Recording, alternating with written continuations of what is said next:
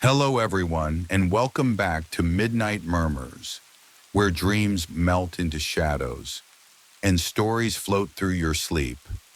Videos to fall asleep, so before you drift off, I'd love it if you could leave a comment letting me know where you're listening from around the world. Also, don't forget to like and subscribe if you're enjoying tonight's tale, The Forest Where It's Always Night. Let's begin.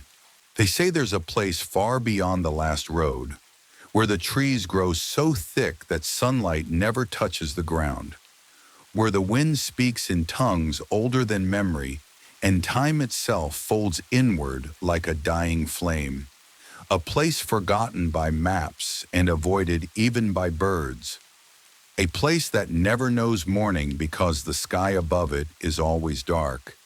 And that place is called the forest where it's always night. And no one who enters it ever returns quite the same, if they return at all. And still, something drew Mira there. Something soft and quiet and persistent, like a voice just behind her dreams, whispering her name each night a little louder than the one before, until she couldn't ignore it anymore. Until she found herself driving past the edge of every road she'd ever known, following an old trail of cracked gravel and moss, her headlights dimming the deeper she went, the trees pressing in like watchers with no eyes.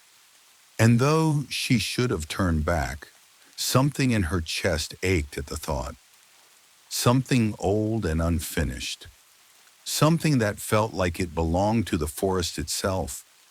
So she pressed on, engine murmuring, heart echoing its rhythm, until the road simply disappeared beneath a blanket of pine needles and damp earth. And she stepped out of the car, the air thick and wet like breath against her skin. And all around her was a silence so deep it seemed to reach inside her, tugging at the thoughts she hadn't spoken in years, the secrets she thought she'd buried, the fears she'd named something else just to survive. And the forest received her like it had been waiting, like it had always known she would come. And as she took her first step beyond the tree line, the temperature dropped so suddenly she could see her breath curling like mist, and the darkness thickened. Not black, but blue, deep blue, like the color of dusk just before night fully takes hold. And the trees were enormous, ancient things with bark like stone and branches that dripped with something too dark to be sap. And in the distance, something moved between the trunks, slow, deliberate, silent. And though she only caught a glimpse, Mira knew it had seen her, and yet she didn't run, didn't even flinch, because a part of her, the part that had been listening to the whispers, understood that it was part of the forest, that it belonged here in a way she didn't yet understand. And as she walked further in, drawn deeper by a path that didn't quite exist but still led her onward, she noticed the absence of sound. No insects, no birds, not even the rustle of wind. Only her footsteps, soft against the mulch of the forest floor, and the quiet thump of her heart as it tried to remember what fear was supposed to feel like. But even fear felt different here, quieter, almost reverent, as though the forest didn't allow panic, only awe. And that's when she saw the first one, an old wooden sign nailed to a crooked tree, half covered in moss, the words barely visible but unmistakable in their warning. Turn back before you're known. And Mira paused, her breath shallow, the weight of the message sinking through her skin like cold rain. But still she didn't stop, didn't turn, because deep inside her something whispered, "You're already known." And so she pressed on, not knowing what that meant, not knowing what she was becoming in the process. Only that this forest, this endless night, had begun to change the shape of her thoughts, the pace of her steps, the rhythm of her breath. And far ahead, deeper still, something ancient stirred from its slumber and noticed her presence. And though it made no sound, Mira felt it like a pulse in the ground beneath her feet, like a name she'd forgotten that was being spoken again for the first time in centuries. And with that realization came a flicker of something just beyond the path, a faint blue glow, like moonlight bleeding through the trees, shifting slowly, and Mira followed it because she couldn't do anything else, because the night had opened its eyes. The deeper Mira went, the more the forest seemed to close around her, like a memory too vivid to forget, the trees arching overhead in a canopy so dense that even the faint blue glow above couldn't break through fully, only shimmered now and then like a ghost tracing the outline of something that had once been sky, and the path, if it could still be called that, twisted in ways that made no sense, spiraling gently, as though the forest itself had grown in circles around something buried at its heart, something old and waiting. And Mira walked in silence, not because she was afraid to speak, but because the air here had weight, a hush that demanded reverence.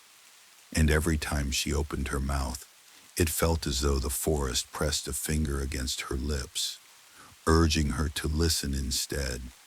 And she did, for beneath the stillness, there were layers of sound she hadn't noticed before, not the sounds of living creatures. Component placement, but the sigh of moss underfoot, the faint groan of bark expanding in the cold, the almost imperceptible weeping of distant trees. And it wasn't until she passed a withered stone archway, crumbled and wrapped in ivy like veins over bone, that she realized she was no longer walking through a forest, not exactly, but through something that had once been lived in, something abandoned long before the world outside had names for it, and etched into the stone of the archway, nearly lost to time, were words she couldn't fully read, except for the last line, still sharp and deliberate. The night remembers all who forget the sun, and she didn't know why, but it made her chest tighten, made her fingers curl into fists, as though part of her already knew what the message meant, though she had no memory of learning it. And beyond the arch, the air grew colder still, and a low mist began to rise from the forest floor, clinging to her ankles like curious hands. And as she stepped through the threshold, she felt it again, that pulsing awareness, like the forest wasn't just watching, but breathing with her, through her. And she paused, the silence around her broken only by a soft fluttering above. And when she looked up, she saw them, tiny black moths with glistening wings, their eyes a dull red glow, perched along the branches like sentries, not moving, not blinking, just staring down at her as though recognizing something ancient in her presence. And beneath their still gaze, Mira felt the skin along her arms rise with goosebumps, not from fear exactly, but from the weight of being seen so deeply, so utterly, that even her childhood secrets felt exposed. And still she walked, drawn by that blue shimmer that moved ahead like a will-o'-the-wisp, always just far enough to remain out of reach, always leading, never waiting, until the trees gave way to a clearing she hadn't expected, where the ground dipped into a wide hollow filled with strange standing stones, tall and narrow, each carved with symbols that shifted when she tried to focus on them, symbols that felt less like writing and more like thoughts pressed into stone by something that didn't need language to be understood. And in the center of the stones was a pool, round and still and darker than any water should be, reflecting not the trees above but a night sky that shimmered with stars Mira had never seen before. constellations that pulsed with slow, deliberate rhythm, as though alive. And when she stepped closer to the edge of the pool, she saw her reflection. But it wasn't right. Her face looked older, her eyes darker, like something inside her had already begun to shift, to mirror the forest itself. And before she could move, the water stirred on its own, rippling outward from a single point as something beneath it began to rise, slow and smooth, a pale hand breaking the surface, long fingers reaching skyward. And Mira stood frozen, unable to run, because some part of her already understood that whatever was rising wasn't a threat. It was an invitation. And when the face broke the surface, eyes closed, hair drifting like black seaweed around it, Mira gasped because it was her, not just a reflection, but another version of herself, mouth barely moving, whispering words that echoed directly into Mira's mind without sound. You were never meant to stay in the sun. And then the other her opened her eyes and they were filled with stars, deep and endless. And Mira felt the ground sway beneath her feet, felt the trees lean closer, and in that moment, the moths took flight all at once with a sound like pages turning in a forgotten book, filling the air with a rush of wings as the forest seemed to draw a breath, long and slow, as though awakening more fully now that Mira had been seen, truly seen, and chosen. And as the other her sank slowly back into the pool, leaving only ripples and starlight behind. Mira felt the truth settle in her chest like a second heartbeat.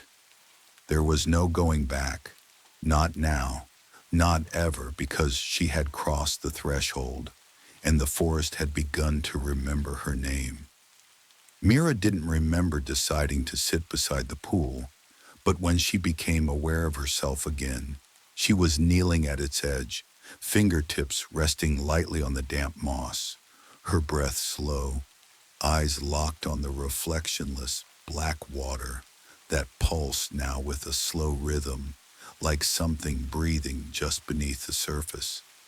And though the other version of herself, the one with star-filled eyes, had disappeared, Mira could still feel her, not in a haunting way, but like a presence just behind her shoulder, warm and cold at once, like memory and premonition braided together. And above her the canopy moved for the first time, the trees shifting in a great ripple, as though whispering secrets back and forth, their branches creaking not with age but with knowing. And the wind that passed through them was not cold but heavy with scent. Old flowers, damp earth, something metallic like rusted iron or forgotten blood.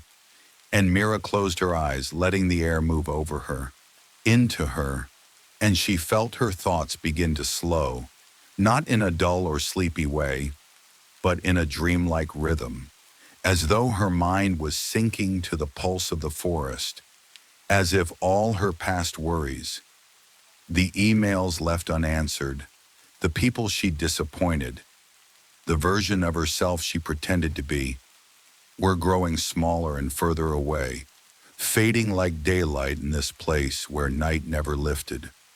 And when she opened her eyes again, the stones surrounding the pool had changed, not in position, but in presence, now glowing faintly from within, each one humming with a different pitch like they were tuning forks made of ancient grief.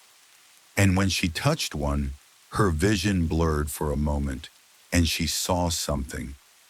Flashes of someone running through the forest, their breath coming in ragged bursts, their hands bloodied, eyes wide, terrified. And then it was gone, the vision swallowed by the stone, leaving her with a lingering chill in her spine and the impression that she'd just seen the forest remember someone else.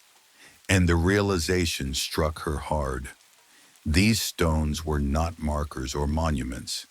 They were memories, living records of those who had entered this place and never left, or maybe had left as something else entirely. And she wondered if a stone had already begun to grow for her, somewhere in the deeper dark, slowly etching itself into shape with each step she took. And the thought should have frightened her, but instead it felt inevitable, like she was finally aligning with a fate she hadn't known belonged to her all along. And with that, the blue light returned, not above this time, but beside her, coalescing into a soft shape that hovered near the ground.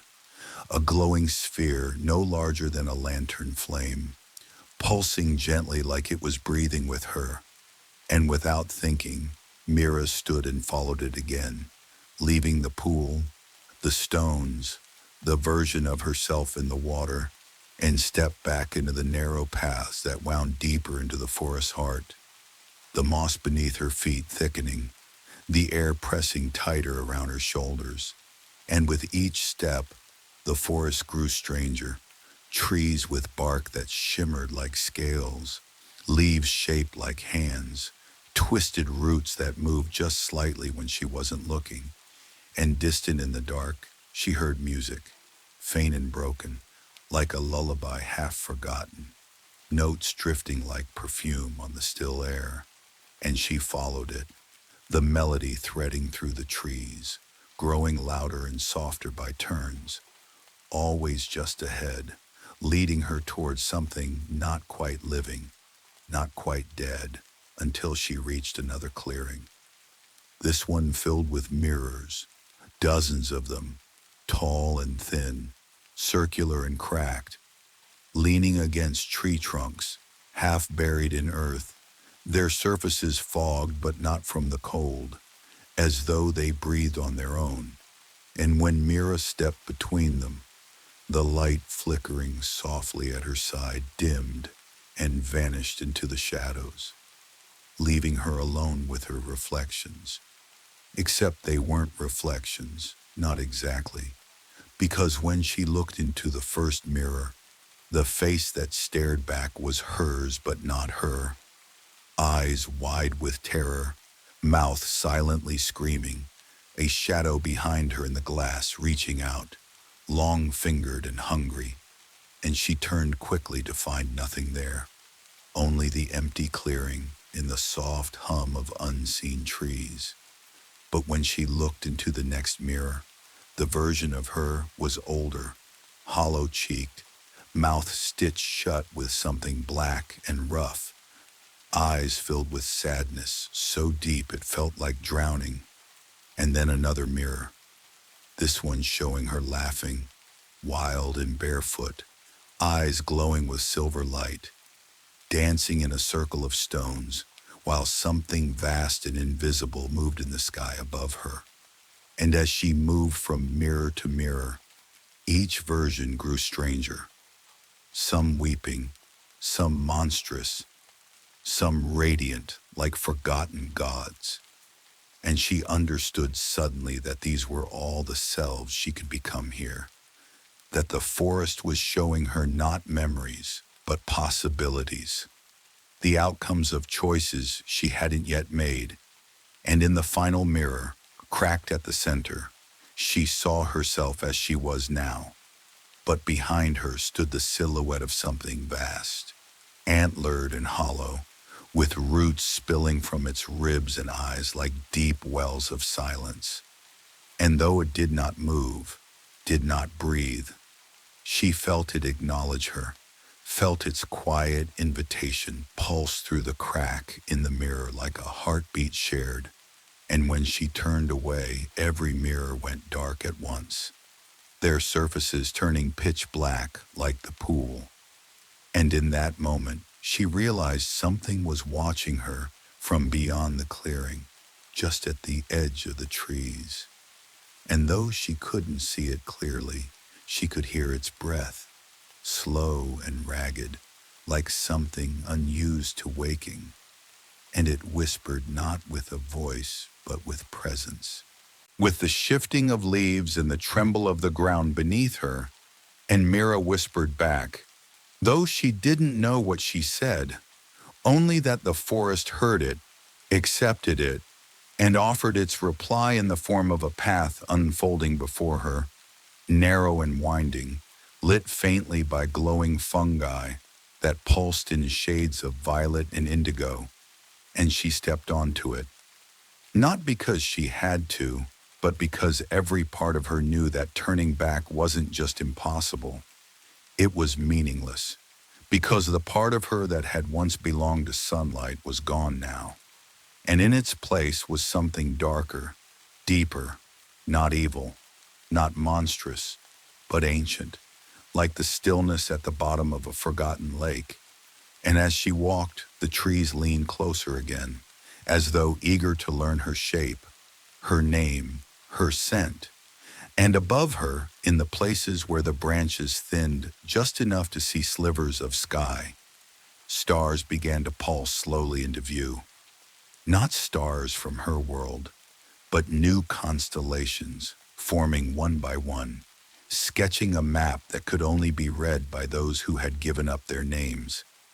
And Mira felt the pull in her chest again, that same ache from before, only now it felt like it was guiding her to something. Something she had lost before she was even born. Something that had been waiting in this forest since the first root broke the earth. Something that remembered her before she knew herself. And with each step, the music returned, clearer now, the melody sad and slow and perfect.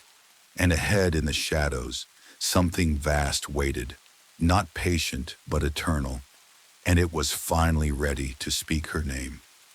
As Mira followed the winding path of violet glowing fungi that blinked like distant stars along the ground, the air grew quieter in a way that didn't feel natural, as though the forest itself was drawing in a breath and holding it, waiting to exhale only once she crossed some unseen line. And though she walked slowly, carefully, her body moved on its own now, guided by something older than instinct, something like memory, but buried so deeply it felt more like a calling.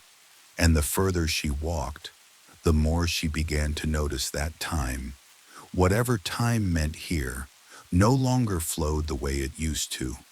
There was no sense of morning or night, no ticking of a clock inside her mind, only a continuous presence of now, stretching endlessly forward and backward like a great spiral.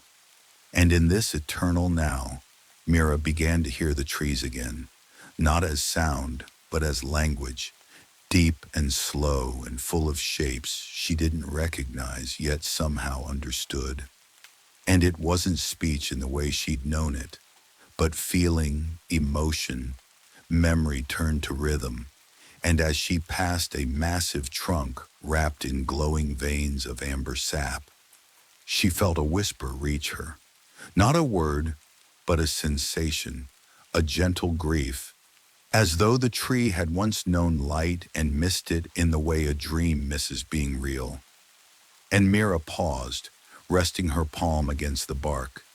And for a moment she saw flashes, a child running barefoot between tall trees, laughter echoing, a mother's voice calling from the distance, and then a silence and darkness, and the tree standing alone as the forest changed around it.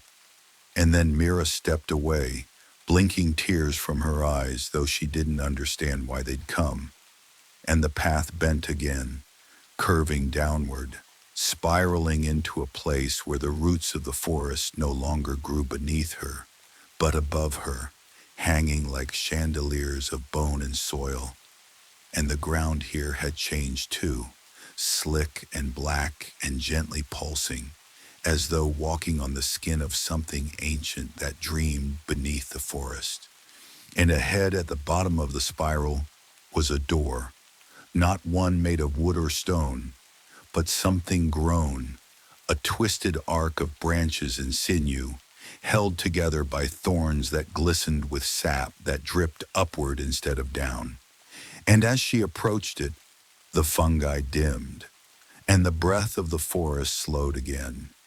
And Mira stood before the doorway, her reflection shimmering in the sap like a memory just out of reach. And the moment her fingertips touched the wood, the thorns pulled back, slowly, opening like a mouth learning how to speak. And the door sighed, and she stepped through into the quiet. And what lay beyond was not a room, not a clearing, but a cathedral made of living things. Towering trunks braided like columns, their leaves high above forming a dome of moving shadows. And in the center stood a single figure, not human, not quite, cloaked in layers of moss and roots, its face hidden behind a mask of bark carved with spirals that seemed to move even when she looked directly at them. And the figure did not speak, did not move, but its presence pressed against her mind, not like an invasion, but a welcome. And Mira understood without words that this was the keeper, not a guardian, not a guide, but something far more ancient, a part of the forest itself, perhaps the first seed that had ever fallen. And the keeper lifted one hand, long and gnarled and dripping with silvery sap, and pointed toward the ground before her, where a circle of stones pulsed faintly with light. And inside the circle was a bed of moss shaped like a cocoon, and Mira stepped forward, heart pounding, slow and deep. And as she knelt inside the circle, she felt the air change again, growing thick and still, and the forest began to hum, not with fear, not with warning, but with ritual, like something sacred was unfolding. And Mira lay back, the moss cradling her like memory cradles a dream. And as her eyes closed, she heard the keeper's voice for the first time, not with her ears, but in her bones, low and endless, like the echo of wind through ancient roots. You are called not to escape, but to return. And then the darkness came, but it wasn't emptiness. It was rich, full of motion and shape and breath. And in that dark she dreamed, or remembered, or both. And she saw herself as a child, wandering the woods behind her grandmother's house, the same strange blue light dancing in the shadows, the same feeling of being watched and loved by something too big to understand. And she saw herself whispering to trees, listening for answers in rustling leaves, felt the presence that had followed her since birth, soft and patient, waiting, always waiting. And she saw her life unfolding forward and backward at once. All the moments when she'd almost remembered, almost turned back to the forest, and all the moments when she'd felt wrong in the world of clocks and cars and screens, as though her soul had been planted somewhere else and was still trying to grow in the wrong soil. And when she opened her eyes, the keeper was gone, and she was no longer in the cathedral, but in a vast, open glade, lit only by stars above. The kind of stars that didn't exist in the world she'd come from, and the trees stood around her like silent witnesses, not judging, not speaking, only being. And in the center of the glade stood a tree unlike any other, wide and dark and filled with hollow spaces where faces seemed to sleep, its bark carved with thousands of names, most unreadable, all glowing faintly with blue fire. And Mira stepped toward it, knowing what it was before she reached it. The heart tree, the memory of the forest itself, where all those who had been claimed were remembered, not in sorrow, but in eternal dream. And at the base of the tree, a space had begun to open, the bark folding gently inward, forming a hollow just her size. And she stood there, breathing slowly, feeling her name begin to slip from her shoulders like a heavy cloak. And for the first time, she felt light, not lost, not afraid, but found, as though the forest had simply been waiting for her to stop running from it, and somewhere deep within the bark, the tree began to pulse, and Mira stepped forward, knowing this was not the end of her journey, but the beginning of a dream that would never wake, a night that would never end. And the stars above her blinked like old eyes, watching, remembering, as she disappeared into the hollow, and the forest exhaled. The hollow inside the heart tree was deeper than it looked, not a small space for hiding, but a vast chamber carved by time and memory, its inner walls lined with thin roots that pulsed like veins beneath translucent bark, and Mira stepped into it as though slipping beneath water, her breath slowing, her heartbeat sinking with the ancient rhythm of the forest that now echoed through her bones. And as the hollow sealed behind her, closing silently with a final sigh of bark and shadow, she felt neither fear nor finality, but a sense of return, as if she had always belonged here, as if the dream of her former life had only ever been a waiting room for this moment, and the space within the tree did not remain still. It unfolded around her, the walls shifting subtly like a living maze, revealing narrow passages that led her deeper, not downward or upward, but inward. And as she walked, the air shimmered with faint trails of light, memories drifting loose in the dark, flickering like fireflies but carrying weight, emotion, fragments of story. And when one brushed against her skin, it sank into her like warmth into cold hands, and she saw a memory not her own, a woman in a red cloak walking through endless fog, a bundle in her arms that wept softly, and behind her the forest howled not with hunger, but with warning. And then the memory vanished, leaving Mira with the echo of the woman's heartbeat in her chest and the heavy sorrow of something left behind. And more memories passed, glimpses of lives that had touched this place, some from centuries ago, some too strange to measure in years.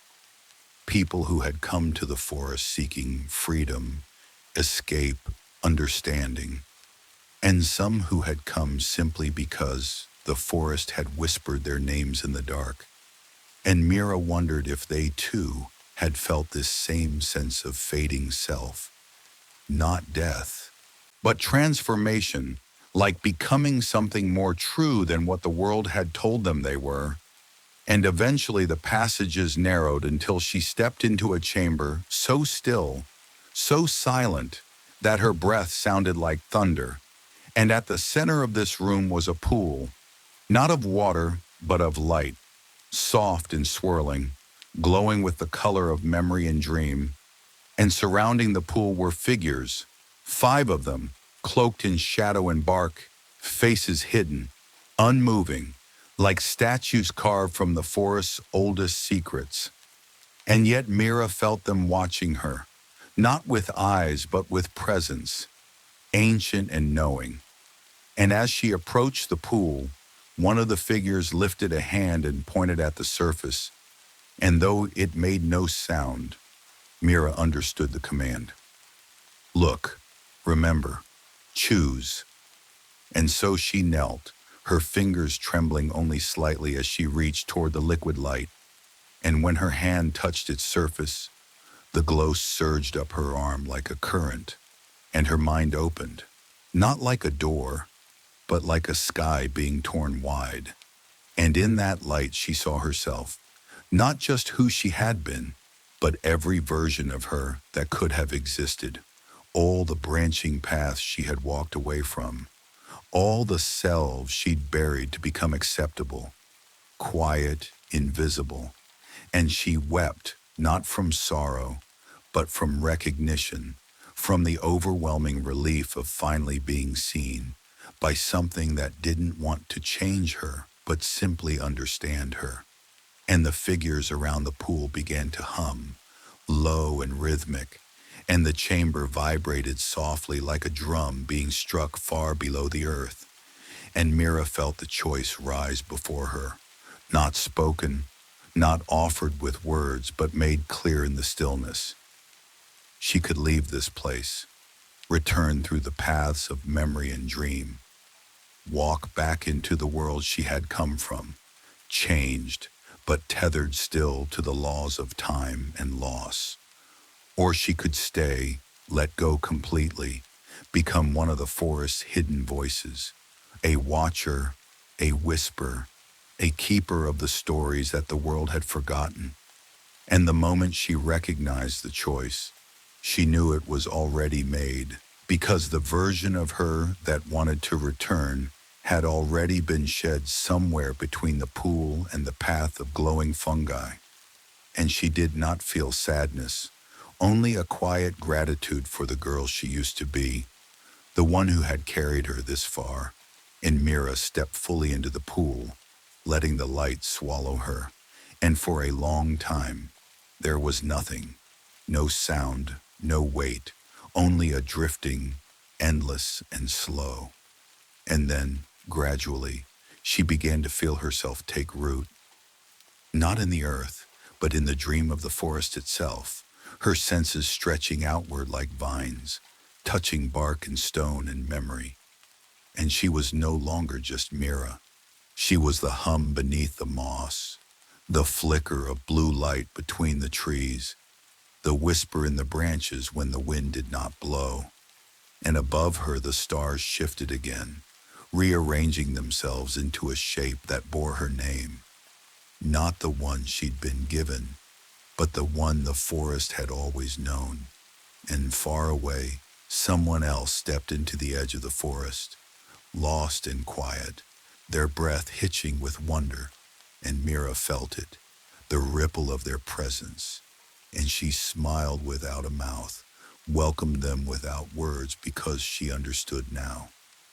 This forest did not trap, it remembered. It did not devour, it transformed, and she would be the one to guide the next lost soul through the dark, gently, patiently, forever, in the forest where it's always night, beneath the endless canopy where stars never moved, and the hush of the forest settled deep into bone. Something stirred, a breath drawn not by lungs, but by memory itself. And Mira, no longer bound by skin or time, drifted along the folds of the forest dreaming, her thoughts soft as petals falling in the dark, her presence woven through moss and bark and root like a melody forgotten by the world above. And she moved not by walking, but by intention, her awareness stretching gently toward a ripple she had begun to sense, a new presence at the edge of the dreaming, unfamiliar, unsure, trembling at the threshold like a candle flickering in wind. And she reached toward it, not with words but with warmth, and in response the forest opened a new path, one that hadn't existed a moment before, glowing faintly with a light of the color of sleep. And in the waking world, which ran parallel like a shadow on glass, a man named Elias stood at the tree line, his coat soaked with rain, his eyes wild with disbelief as he stared into the forest that was not on any map, that should not have been there at all. And though he had only intended to take a shortcut back to the road, something had changed the moment he crossed between the trees. The sky behind him gone, the wind gone still, the road erased like chalk under rain. And though logic told him to turn around, his feet carried him forward as though drawn by a dream he had once had as a child and forgotten. And the leaves rustled, and as he walked, Mira watched, remembering what it felt like to breathe, to blink, to doubt. And she whispered through the leaves, soft as a sigh, and Elias paused, his hand brushing the bark of a tree that pulsed faintly under his touch, as if alive with heartbeat and memory. And the forest welcomed him, not with grand gestures, but with silence, with paths that moved when he didn't look, with echoes of voices that sounded like his own thoughts turned inside out. And he wandered deeper, led not by reason but by something older, something aching inside him. And Mira moved with him, invisible but near, shaping the path, softening the wind, guiding him gently toward the hollow places that needed healing. And she could feel the weight he carried, grief that had settled into his bones like winter, the shadow of a sister lost too soon, a voice he had tried to forget but still heard in every quiet moment. And the forest felt it too, and it responded with memory, offering him glimpses at the corner of his eyes. Laughter between trees, a red scarf caught on a low branch, the feeling of small hands in his. Flashes that were not real, but were also not false. And Elias followed these ghosts, breath caught in his throat, heart unraveling thread by thread, until he came to a pool ringed in smooth stones that pulsed like breathing creatures. And above it hung the branches of a willow tree with leaves that glowed pale blue in the dark. And when he sat beside the water, the forest held its breath, and Mira stood unseen beside him, watching, waiting. And in the surface of the pool, Elias saw not his reflection, but his sister's face, young, laughing, chasing fireflies beneath a summer moon. A memory so vivid it nearly broke him, and tears came without warning, falling into the pool and sending ripples through the dream. And in that ripple, Mira felt something shift inside her, a thread tying her new self to her old one, the part that had once known loss. And she leaned into that thread, letting it guide her closer to the man who wept in the dark. And she stepped from the trees, not as she had been, but in a form the forest gave her, a shape wrapped in long strands of moss, her face half hidden in leaves, her eyes like starlight behind mist. And Elias looked up, startled but not afraid, as though he had expected her, dreamed her, or perhaps remembered her from a story told long ago.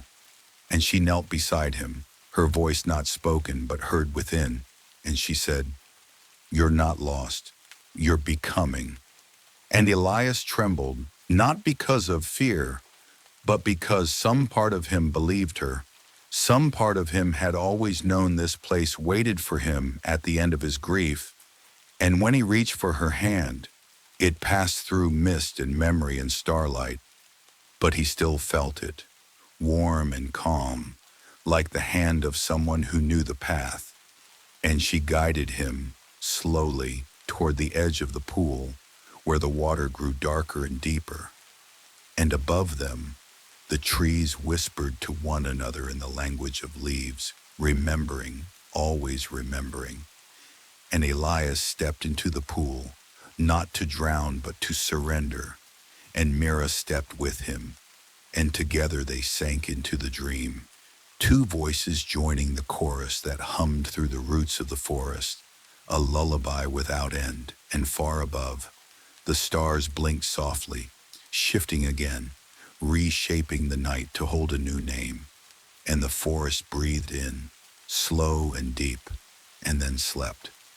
The silence that followed was not empty but full, full of the soft weight of dreams, of stories newly sown in the dark soil of memory, of voices too quiet to hear, but too powerful to forget.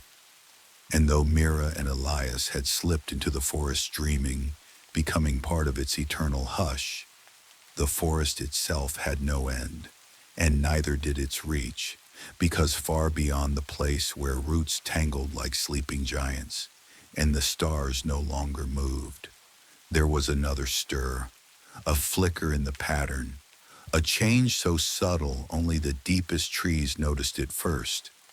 And this change took the shape of a girl with salt on her skin and wind in her hair, a girl who walked with the steady calm of someone used to being alone, whose eyes held storms and whose hands trembled only when no one was watching. And her name was Lila, though the forest would rename her in time. And she had not come looking for magic or truth or healing. She had come because something in her dreams had begun whispering of a place that never saw daylight, where sorrow could be softened and questions could find answers written in the curve of a tree's bark or the hush of fog across still water. And unlike others, she hadn't stumbled into the forest by mistake. She had followed its pull with intent, like a moth to the deepest flame. And the moment she stepped across its unseen threshold, the world behind her folded like paper, vanishing with a sigh, and all around her rose the hush of the forest.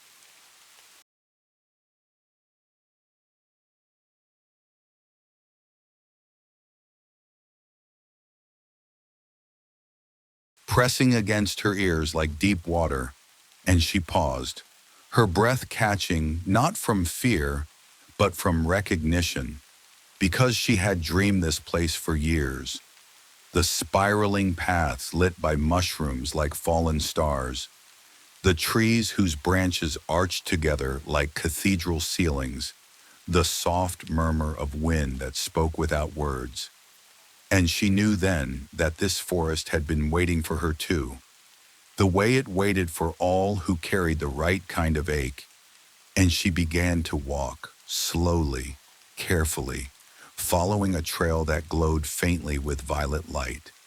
And beneath her feet the moss pulsed softly, as if welcoming her with each step.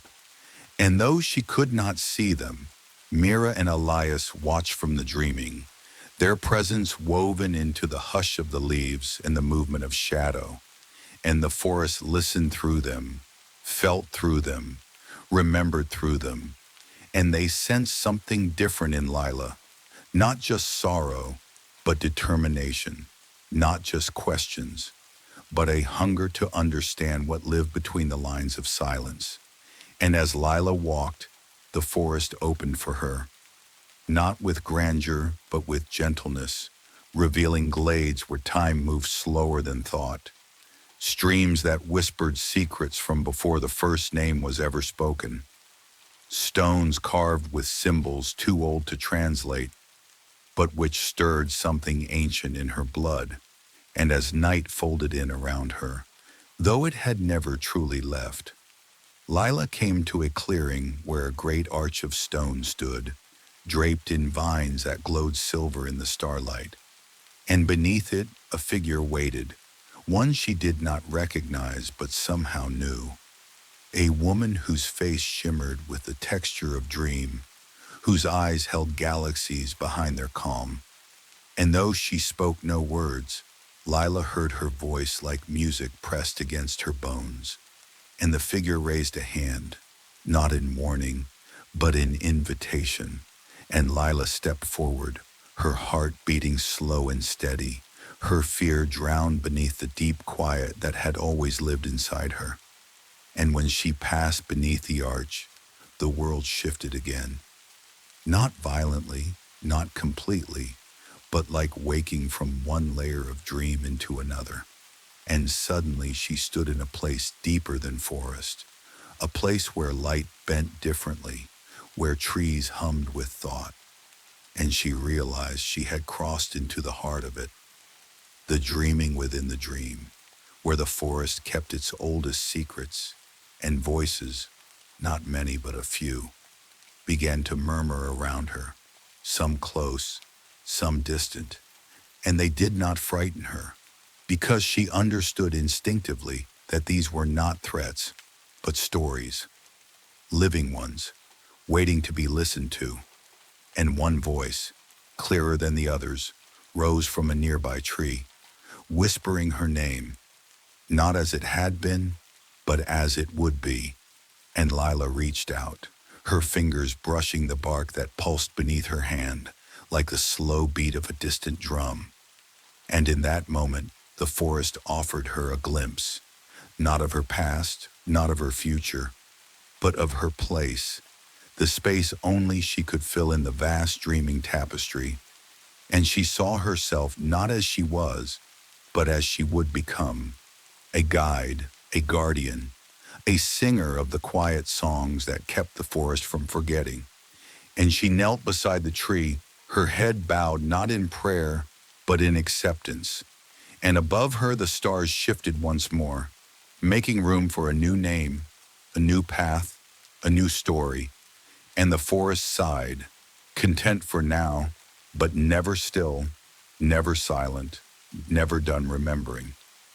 Lila stood at the threshold of the ancient stone arch, her breath steady, her heart a quiet drum in the vast silence. The figure before her, woven from dream and shadow, extended a hand, not to guide, but to invite, to witness. And Lila stepped forward, not into the forest, but into the heart of it, where stories were born and memories lived between the roots. The air here was thick with the scent of earth and time, and the ground beneath her feet hummed with the pulse of something older than the stars. She felt the weight of the forest's gaze upon her, not with eyes but with presence, as if the very soil and sky were watching, waiting.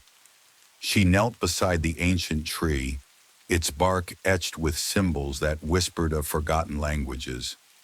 As her fingers brushed the surface, the symbols shifted, rearranging themselves into a pattern she recognized.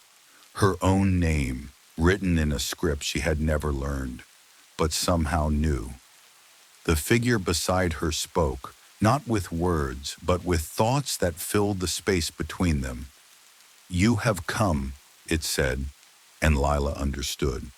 She had come not by accident, but by purpose, drawn here by a force she could not name, but which she now felt in every fiber of her being.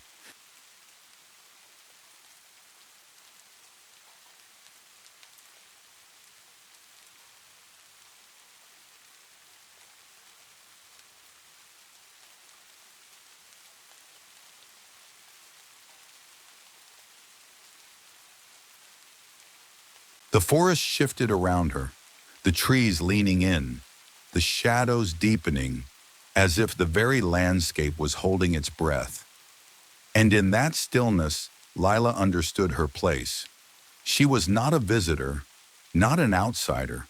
She was a part of this place, as much a part as the roots that twisted beneath the earth, the stars that flickered above, the dreams that wove through the night. And so she sat, her back against the ancient tree, her eyes closed, her mind open. She listened, not with her ears but with her soul, to the stories that the forest had to tell. Stories of loss and love, of beginnings and endings, of all that had been and all that would be. As the night deepened, the stars above shimmered, and the forest around her whispered its secrets. And Lila, in her stillness, became one with the night, a part of the forest's eternal story. The stillness of the forest stretched long into the night, deeper than the quiet between heartbeats, and beneath its weight, Lila sat, her body rooted in the earth like a tree, her thoughts like drifting leaves, caught in the currents of time's slow flow. The stars above shone not with light, but with memory, each one a story, a name, a moment suspended in the dream of the world. And the forest beneath her breathed softly, whispering in languages she had never learned but understood in the quiet spaces of her soul. Every tree, every stone, every pulse of the air seemed to speak of forgotten things, of things lost to time, but not to the forest, not here, not in this place where silence held its own kind of voice. And as Lila sat beneath the vast canopy, the forest began to change. Not in a grand way, not with grand gestures, but with a subtle shift, a movement like the slow turning of a page. The ground beneath her feet hummed with the pulse of ancient energy, and the trees around her leaned closer, their branches stretching outward, as though reaching to touch something, someone. And though Lila felt their presence, she did not feel the weight of their gaze. No, it was not a gaze that held her, but a knowing, a deep, unspoken understanding that moved between them, a bond formed of the same quiet that held the night together. The figure who had stood with her, beside her, stepped back into the shadows, its form blurring into the landscape like mist dissolving into the morning air. Lila's eyes followed it for a moment, but she did not chase it. She had learned in the brief time she had spent in this place that there were things in the forest that could not be pursued. They had to be allowed to come, to reveal themselves when the time was right. And so she sat, her hands resting gently on her knees, her eyes closed, not in sleep, but in the kind of quiet focus that the forest demanded. It was then that she felt the stir of something new in the air, a shift so subtle that it could have been mistaken for a breath, a sigh, a passing breeze. But Lila knew better. This was different. It was not just the air that had changed, but something deeper, something that vibrated through the very heart of the forest.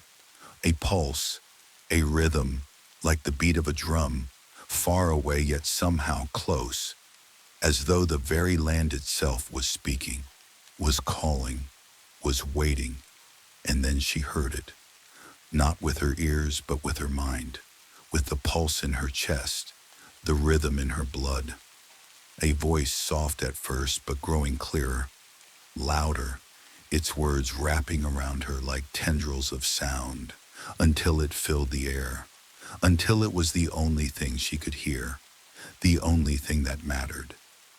It was not a voice she recognized, but it was a voice that seemed familiar, as if it had always been a part of her, echoing in the corners of her thoughts. "Lila," the voice whispered, and her name fell from its lips like a prayer, soft and reverent, as though it carried weight, as though it held meaning in a world that had forgotten the importance of names. "You have come. You are not lost, not in this place." Lila's breath caught, and her heart stilled. The words were not just spoken, they were felt. Every syllable, every pause, every shift in tone struck her like an echo from some distant place, like a song remembered but forgotten. The voice, was it the forest itself or something else, continued, its cadence gentle, its tone filled with a kind of ancient knowing. "The forest has called to you as it calls to all who are meant to hear it. You are a part of this place, a thread in its weaving, but it is not enough to simply be. You must choose, Lila.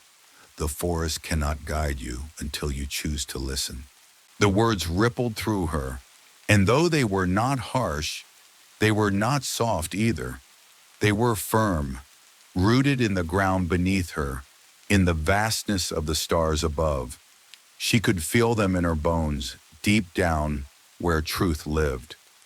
It was as though the voice was offering her something, something both ancient and new, and she had to decide if she would take it, if she would accept the invitation the forest had been offering all along. Lila opened her eyes slowly, letting the stillness of the forest fill her gaze. The trees around her were watching, not with eyes but with their presence, their ancient knowledge.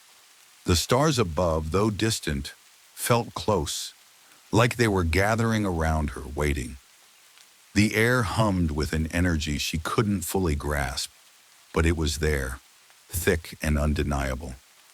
She felt a pull in her chest, a warmth spreading through her, and it wasn't fear.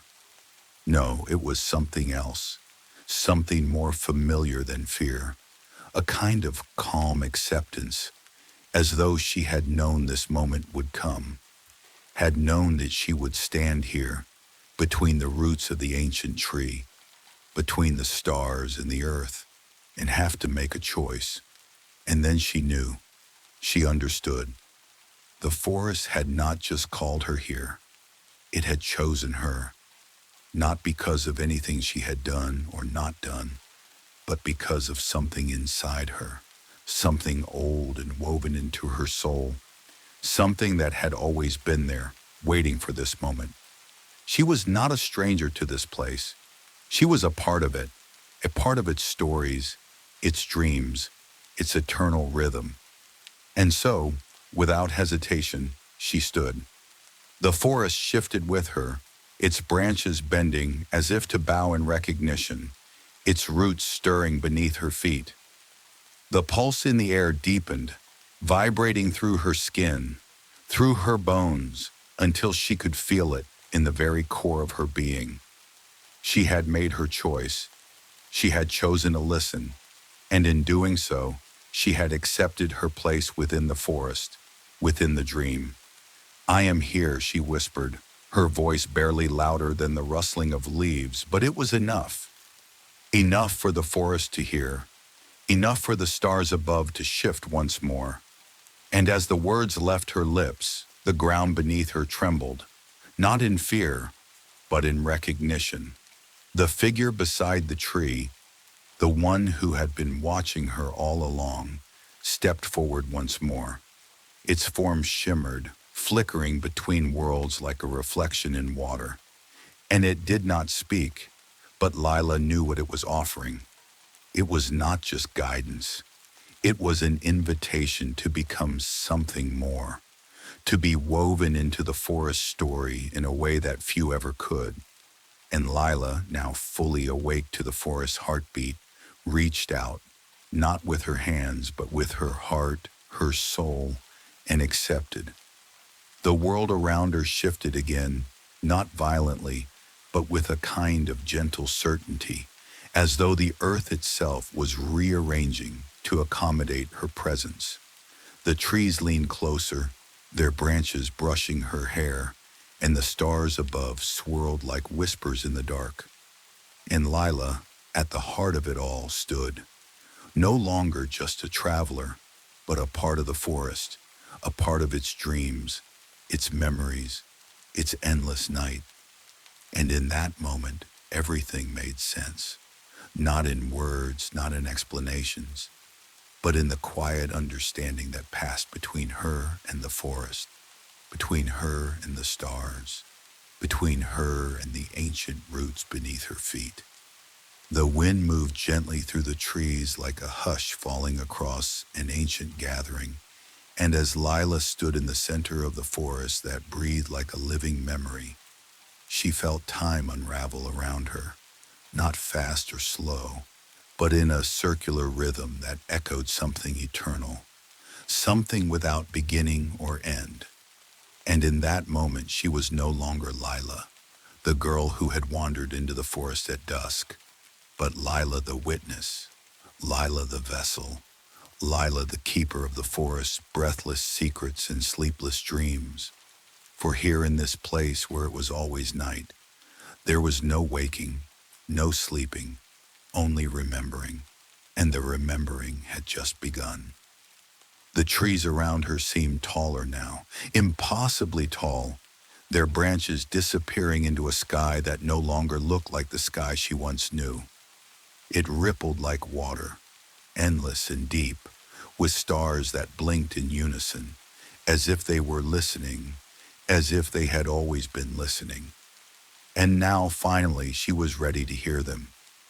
The ground beneath her had softened, covered in a moss that glowed faintly blue, and each step she took left behind a fleeting imprint, as if the earth itself was tasting her presence, deciding whether to keep her or let her go.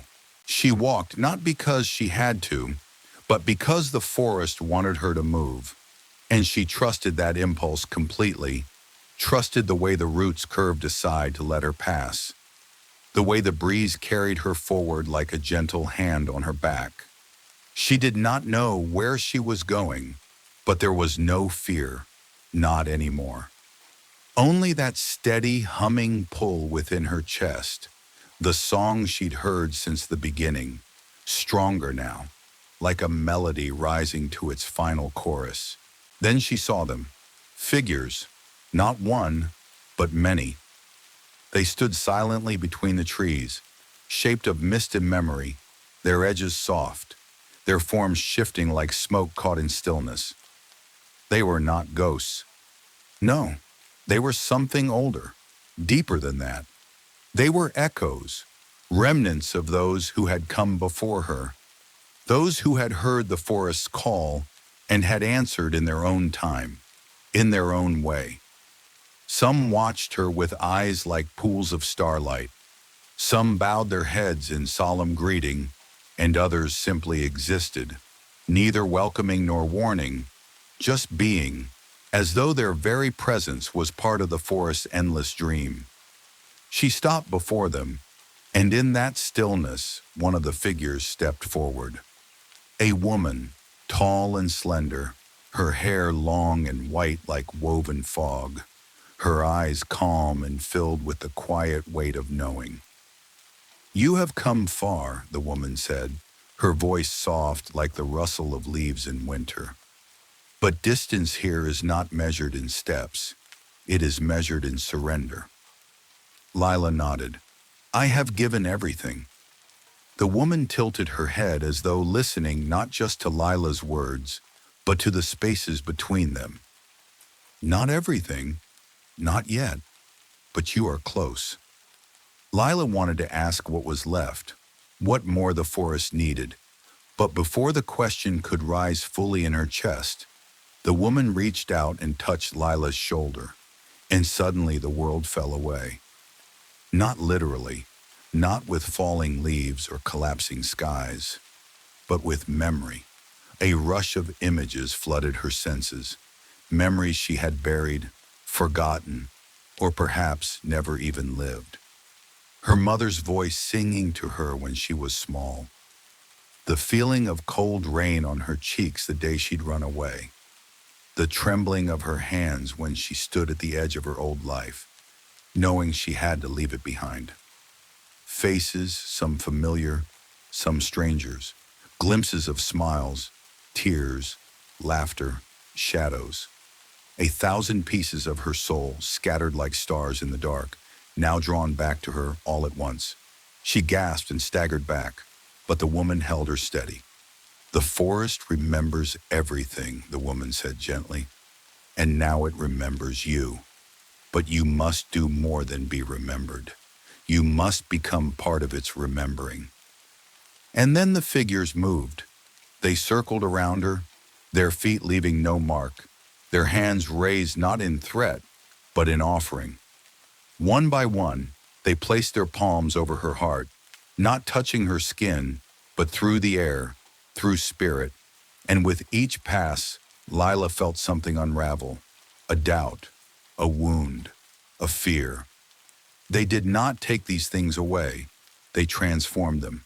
Pain became strength, loneliness became clarity, grief became love. And in the silence that followed, Lila realized that this forest, this strange place where time slept and memory breathed, was not just a place she had stumbled into. It had been waiting for her, always. It had called her here not just to find something, but to give something, to give herself, fully. Not in body, but in spirit, to let go of who she had been and become something new, or perhaps become what she had always been. The final figure stepped forward. It was a man, ageless, his eyes deep and dark like the soil under roots, and he placed a hand over her heart, not gently but firmly, and she felt her breath stop, not in panic, in awe, because in that moment the forest entered her, not with force, not like wind or water, but like a remembering, like a realization, like opening a door she didn't know had always been inside her chest, and everything changed. The forest was no longer outside her, it was within. She could feel the roots threading through her veins, the stars resting behind her eyes, the moss and wind and bark and rain whispering in her thoughts. She had become the memory. She had become the song. And the figures, one by one, stepped back, not away from her, but into her, fading into the stillness, into the quiet, until she stood alone again, but not lonely, never lonely. She turned and looked around. Nothing had changed, and yet everything had. The trees were still. The stars above shimmered. The moss glowed softly beneath her feet. But now the forest waited on her word, her choice, her purpose. And as she stepped forward once more, her voice rose, not loud, not shouting, but calm and sure, and full of the breathless quiet that the forest loved. "I am ready," she said, and somewhere far off, though not far at all, a low echoing sound rang out through the trees. A bell. No one rang it, yet it rang. Once, twice, three times. And in that sound, the forest stirred, ancient and dreaming, and smiled. The sound of the bell lingered in the air like a ripple across still water, soft and endless, reverberating through bark and root and bone. And as it echoed through the forest, Lila stood in perfect stillness, her eyes open to a world that no longer felt separate from her, a world she had stepped into and now carried within her chest like a secret heartbeat, slow and eternal, for the forest was not just around her anymore. It was her, and she was it, a dream within a dream, a breath within a breath, and all of it suspended in the quiet magic of a night that would never end. The trees no longer loomed as they once had. Now they bowed gently as she passed, branches dipping low as if brushing her hair with reverence, their leaves shivering in silent greeting. The wind, which once spoke in riddles and sighs, now hummed with clarity, weaving melodies that wrapped around her shoulders like a cloak woven from twilight. The stars overhead flickered like eyelids blinking open, watching her with an awareness that felt neither distant nor divine, only familiar, like old friends remembering her name. She walked slowly through the ever-shifting paths, no longer searching, no longer uncertain, only listening, and with every step, the forest unfolded itself to her, not with spectacle, but with intimacy, revealing things only meant for those who truly belonged. A grove where trees grew in perfect spirals, their trunks etched with stories in a language of lines and light. A river that ran in reverse, its waters whispering fragments of lullabies once sung by mothers long gone. A clearing lit by no moon, where shadows danced alone and left behind trails of memory that clung to the air like scent. And still, the bell rang, not from one place but from everywhere and nowhere, a sound that didn't come to her ears but bloomed inside her mind, inside her breath, like a thought too large for words. It did not call her forward. It called her deeper, not deeper into the forest, but into herself, into that quiet center where the echoes of who she was and who she could become waited to be reconciled. At the edge of a hill shaped like a sleeping beast, she stopped, for there, beneath a sky of unraveling stars, stood a door. Not a structure of wood or stone, but a threshold made of memory and light, framed by branches that curved like arms in welcome, its surface shifting like the surface of a calm lake reflecting a night sky. It pulsed softly in rhythm with her breath, with the forest breath. She knew without knowing that this door had always been here, waiting, waiting for her to remember it, waiting for her to choose it. She stepped closer, her hand rising instinctively, her fingers brushing against the door's surface. And in that moment, 1,000 voices bloomed inside her head, not shouting, not chaotic, but layering gently atop one another like harmonies in a lullaby. They were not the voices of ghosts. They were the voices of keepers, those who had come before her, who had stood at this same threshold, who had chosen to give themselves to the forest not as visitors, but as caretakers of its dreaming, of its memory, of its silence. "You are the first in a long time," whispered the voice of the silver-haired woman who had touched her heart, her tone like distant thunder made soft. "You will not walk alone," came another, the starlit figure with soil-dark eyes. "The forest will speak through you now," said the last. A whisper she recognized not from the forest, but from within herself, from the part of her that had always been listening. She took a deep breath and stepped through the door. There was no light on the other side, no flash, no transformation, only the feeling of falling without moving, of being unraveled and rewritten at the same time. And then, stillness, dark, software, endless. A space that was not empty, but full, full of time, full of memory, full of the gentle dreaming of a forest that had always existed outside the ticking of clocks. It wasn't frightening, it was peaceful, like resting in the hollow of a tree that had known your name before you were born. She floated there, unbound by weight or shape, and in that weightlessness she felt herself being sewn into the fabric of the forest, her name stitched beside others in a book no one could see, a record kept in roots and rain, in the creak of limbs and the whisper of moss growing in the cracks of stone. Lila, that was her name, and also not her name. She was more now. She was a presence, a pulse, a voice in the hush. And when she opened her eyes again, she was still in the forest. But it had changed, or perhaps it had simply shown her more of itself. The night had deepened into a kind of velvet silence, heavy and soft, and the trees stood in perfect stillness like sentinels. In the clearing before her, the air shimmered with threads of silver, and between them stood others, figures like her, keepers of the forest, their forms glowing faintly with the quiet light of belonging. They turned to her, their faces calm, and she understood. She had crossed the threshold. She had stepped beyond wandering, beyond remembering. She had entered the circle, and now her work would begin. Not work of hands or tools, but of watching, listening, dreaming.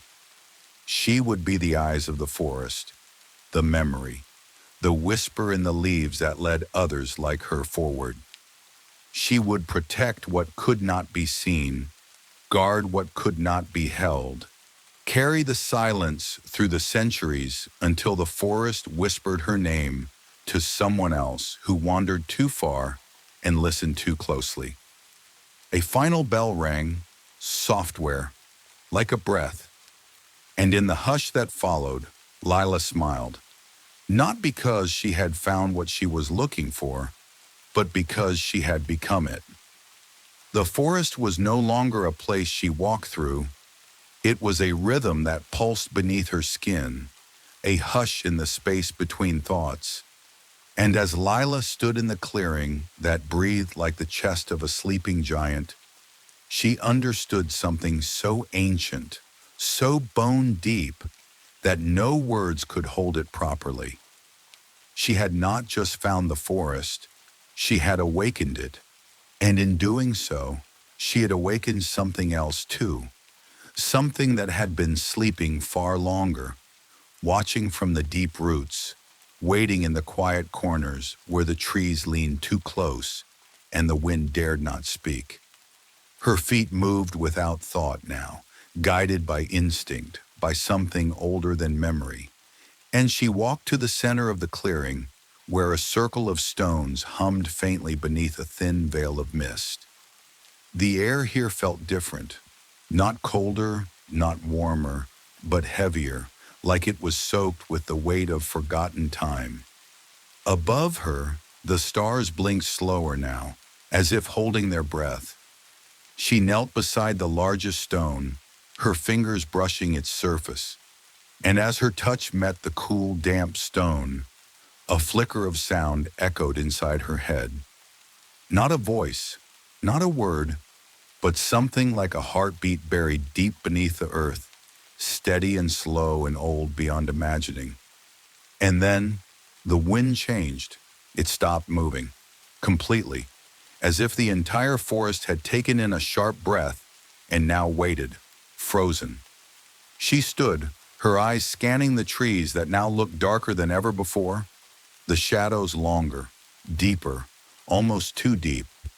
And though she had come to know the forest's silence like a friend, this silence was different, sharper, expectant, and trembling at the edges. From the other side of the clearing, something moved.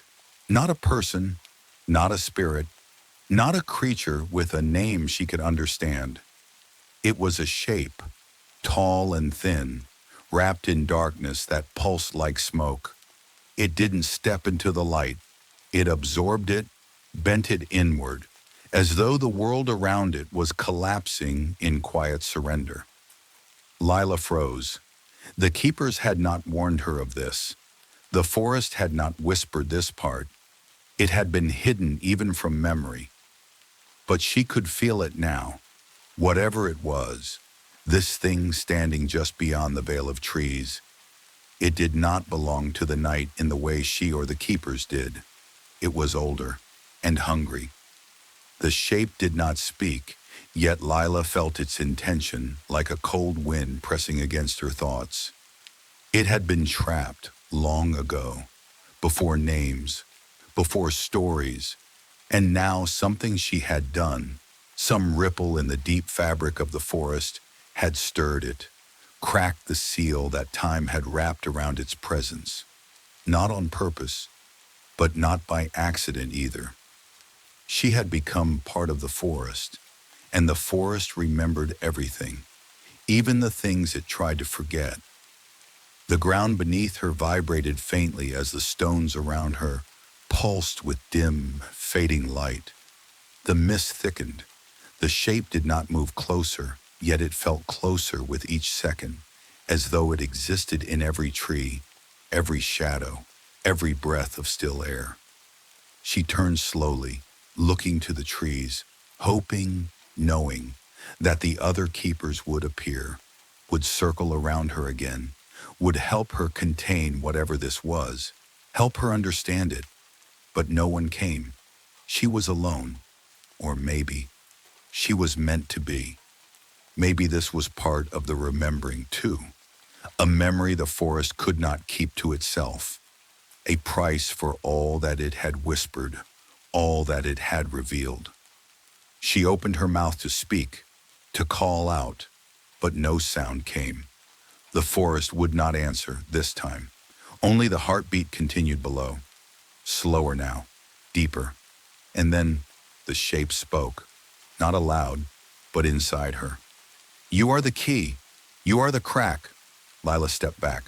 "No," she whispered, finally finding her voice. "I am the forest."